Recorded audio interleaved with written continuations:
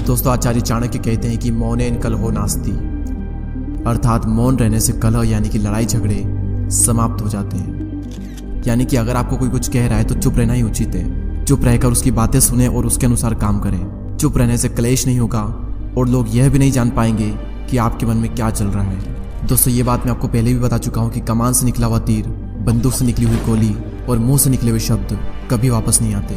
जीभ आपके शरीर का वो हिस्सा है जिसमें एक भी हड्डी नहीं होती है, लेकिन यही जीभ आपकी सभी हड्डियां तोड़वाने की ताकत रखती है। ज़्यादा बोलना आपको कई सारी मुसीबतों में डाल सकता है और वहीं कम बोलना आपको कई सारी मुसीबतों से बचा सकता है। दोस्तों, शब्द आपकी ताकत भी बन सकते हैं और आपकी कमजोरी भी।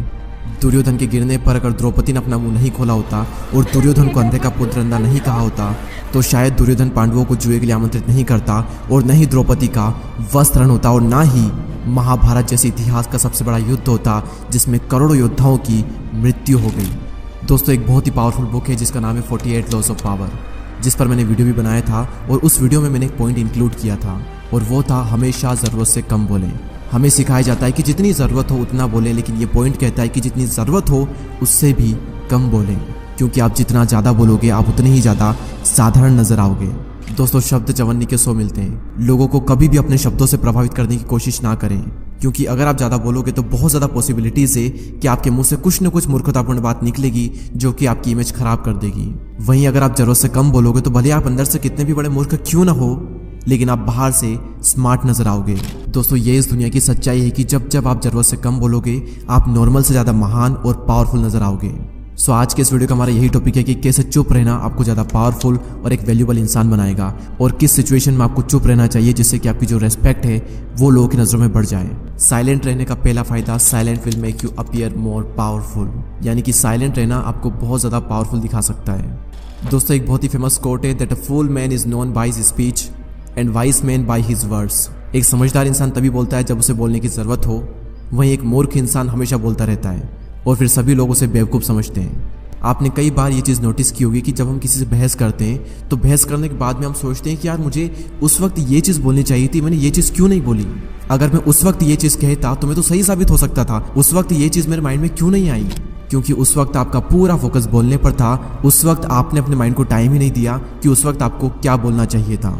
बहस करने के आवेश में और अपनी बात को मनवाने में हम कुछ भी कह देते हैं और फिर सभी लोग हमारे बारे में यही सोचते हैं कि तो कुछ भी बोलता रहता है। वहीं जब आप साइलेंट रहते हो तो आप सोचते हो कि आपको क्या बोलना है और आप उतना ही बोलोगे जितना कि ज़रूरी है और जो कि सही है। और साइलेंट होने के बाद में जब आप बोलोगे तो आपके शब्दों में वजन रहेगा और सभी लोग आपकी बातों को बहुत ही ध्यान से सुनेंगे। ये क्वालिटी आपने बहुत सी ग्रेट पर्सनैलिटी में ऑब्जर्व की होगी कि बातचीत करते वक्त वो ज़्यादातर टाइम चुप रहते हैं और जब बोलते हैं तब बहुत ही कम बोलते हैं और बहुत ही सही बोलते हैं। नेक्स्ट पॉइंट है no one can fool you और मैनिपुलेट यू, यानी कि कोई भी आपको आसानी से बेवकूफ़ नहीं बना पाएगा अगर आप साइलेंट रहना सीख गए तो। दोस्तों, जब भी आप किससे बातचीत करते हो और अगर उस वक्त आप साइलेंट रहते हो तो आप सामने वाले की हर एक बात को अच्छे से सुनते हो, उसकी बॉडी लैंग्वेज को नोटिस करते हो, उसकी हर बात के हर पहलू को आप अच्छे से ऑब्जर्व करते हो और फिर आप ये समझ पाते हो कि सामने वाले का इंटेंशन क्या है, क्या ये सच बोल रहा है या फिर झूठ बोल रहा है और क्या ये चाहता है आपसे। क्या ये मुझे बहलाने की कोशिश कर रहा है, क्या ये मुझे मैनिपुलेट तो नहीं कर रहा है, या फिर ये इंसान सच में मेरा फ़ायदा चाहता है। आप सारी बातें बहुत ही अच्छे समझ पाओगे अगर आप साइलेंट रहकर सामने वाले की बातों को सुनते हो तो। दोस्तों, नेक्स्ट पॉइंट है साइलेंस गेट पीपल्स अटेंशन। दोस्तों, हम सभी के स्कूल में एक चीज़ कॉमन होती थी और वो चीज़ ये थी कि स्कूल टाइम पर जब टीचर कुछ बोल रहे होते थे तब पीछे बैठे हुए कुछ बच्चे बीच में कीड़ाकांडी करते थे, यानी कि कुछ बातचीत करते थे और ये देखकर टीचर एकदम से चुप हो जाते थे और उसके बाद सबकी अटेंशन टीचर पर चली जाती थी कि आखिर टीचर ने बोलना बंद क्यों कर दिया।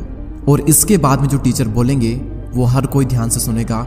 इसे कहते हैं साइलेंस का डर, जो कि लोगों को सुनने पर मजबूर कर देता है। और इसी तरीके से जब आप बातचीत करने की बजाय चुप हो जाते हो तो लोग सोचने लगते हैं कि ये क्या सोच रहा है, ये क्या बोलने वाला है, ये चुप क्यों हो गया। लोग कंफ्यूज हो जाते हैं और आपकी बातों को ध्यान से सुनने लगते हैं। इसलिए जब भी आपको कुछ इंपॉर्टेंट बात करनी हो तो पहले आप चुप हो जाएं, उसके बाद में आप कुछ बोलें। अगली सिचुएशन जिसके बारे में आपको हमेशा चुप रहना चाहिए वो है आपके प्लान्स, आपके गोल्स। दोस्तों, चाणक्य का एक श्लोक है मनसा चिंतितम कार्यम वाचा नैव प्रकाशयेत मंत्रेण रक्षयेत गुणम कार्य चापि नियोजयेत, यानी कि मन में सोचे हुए कार्य को किसी के भी सामने प्रकट ना किया जाए बल्कि मन को अपनी सुरक्षा प्रदान करते हुए उसे कार्य में प्रस्तुत कर दिया जाए।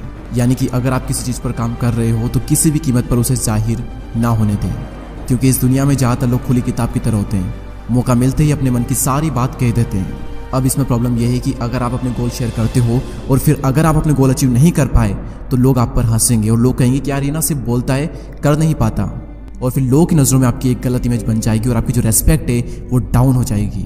अपनी जुबान पर लगाम कसना बहुत ही मुश्किल होता है। अपने गोल्स, अपने प्लान सिर्फ उन्हीं लोगों को